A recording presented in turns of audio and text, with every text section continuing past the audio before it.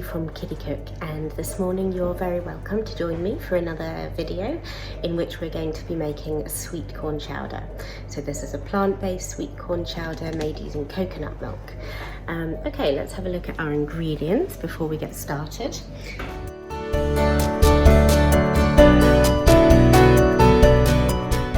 We are going to be using some spices, turmeric, smoked paprika, coconut milk and stock to build the bouillon, to build the liquid, olive oil, white cabbage, celery, sweet corn, onions, garlic, limes and some coriander at the end. So the first thing we need to do is to rinse our vegetables, our cabbage and our celery. So popping those into the sink, you just want to get a nice stream of cold water and then just thoroughly rinse those off under the tap, like so. So now that I've washed our vegetables, I'm going to start chopping them up.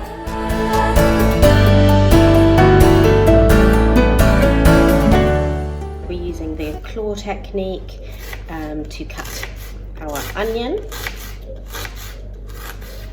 like so, turning it around, keeping the fingers nicely out of the way, and on to the next one. So I'm actually going to make a double quantity of soup because I want this to be ready for my family's lunchtime today. Right, and then we're going to do our celery in the same way. So our celery will make an incision down the middle, a couple of them. There we go, and then turn them around, keeping the fingers out of the way and the celery nice and firmly centered on the chopping board. Really tucking the fingers out of the way as you get closer to the edge. Okay, right, I'm going to pop these into the pan. There are so many ways to do garlic. You can really choose the one that suits you the best. I like using a little grater like this, but you can also chop them up in exactly the same way that you did your onion, just making small little lines across, turning it and doing it the other way. But I'm going to use this and I'm going to go straight into my pan. And again, watching your fingers, because you don't have a lot of space with the garlic, smushing it through with your fingers. This is maybe one that parents can help children with because it's just fiddly either way, a piece of garlic.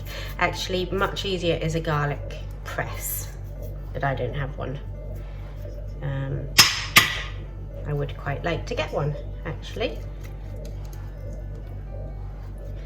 There we go. Okay, so now that we have those 3 bits in our pan, we're ready to turn the heat on to medium, and we'll add our olive oil as well. So we're going to add 2 tablespoons of olive oil.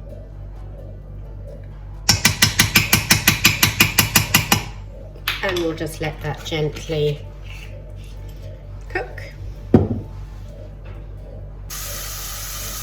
Okay, so you can see that our celery, onions and garlic are steaming away nicely and slowly becoming nice and translucent. And you can give this stage of it a nice long time, so you don't want to rush it. But in the meantime, we can add in our half a teaspoon each of smoked paprika. Well, I'm doubling it, so I'll put a teaspoon, and turmeric.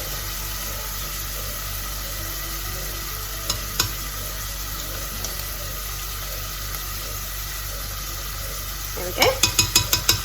And while we're there, we'll also add some seasoning, 2 cracks of black pepper,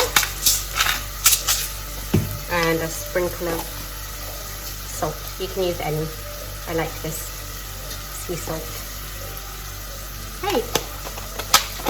And then give that a stir and just let that carry on cooking down a little bit. So whilst we're waiting for our spices to cook a little bit with our onions and celery, I'm going to show you how to use one of these. I have shown this to classes of children before and they haven't known what it is. Do you know what it is? It's a tin opener. And we're going to use it to open another tin of coconut milk because I think we might need some extra. So let's have a look here. And you can see my nice pan of onions and spices here, and it's starting to smell pretty good. Okay, so you need to work out what direction your blades are going in and how they're going to fit over the side of your tin. So this is a different tin opener to one that I have had in the past. So this one fits on differently. So we need to put that nice and flat over the rim here of our tin and then squish it closed. However your tin opener works, it might be slightly different. And then you keep turning your dial so that your tin starts to move around and around, and then eventually, there you go. Magic. Okay, so I'm going to add in our stock now. It's 1 teaspoon or 1 stock cube. Let us stir around, and then we're going to add I'll start with this one because this one was already open. So we're going to add 1 full cup. There we go. And then actually, I'll just add all of it because there wasn't much left.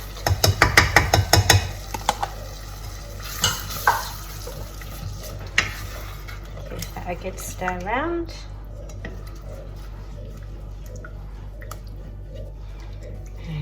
So that's nicely mixed, and then we're going to add in our sweet corn. We're going to add in 1/2 cup. 1, 2. You can add as much as you like. I'm quite a sweet corn fan.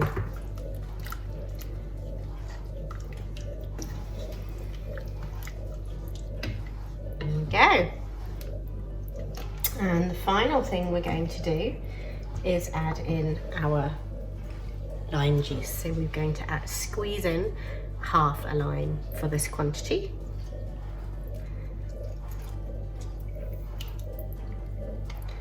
Straight over.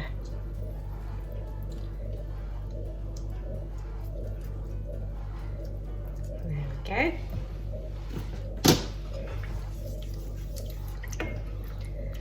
And there we go. Give it a little taste, just to check for seasoning.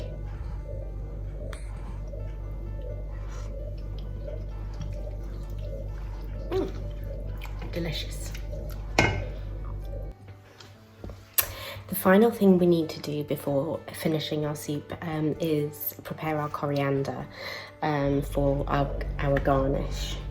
So coming back down to our board. Okay, so I've got my coriander plant here. So I'm going to pick off some leaves and stalks. Don't need too many, depending on how many you're serving. And give those a rinse under the tap.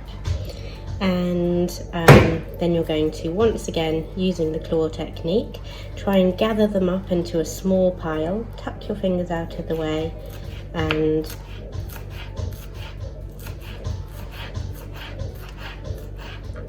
cut them up into tiny shreds. Turn it around and then just keep cutting through until you've got them all into nice small shreds. Okay. So here we have our sweet corn chowder. I've served it with a little bit of bread, another wedge of lime,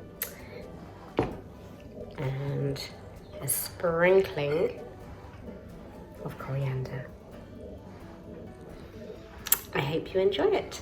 You can always add more or fewer spices just depending on how you feel or how your family feels about spicing. Add more lime, add more seasoning, add more veggies, make it your own. Sweetcorn chowder. Enjoy!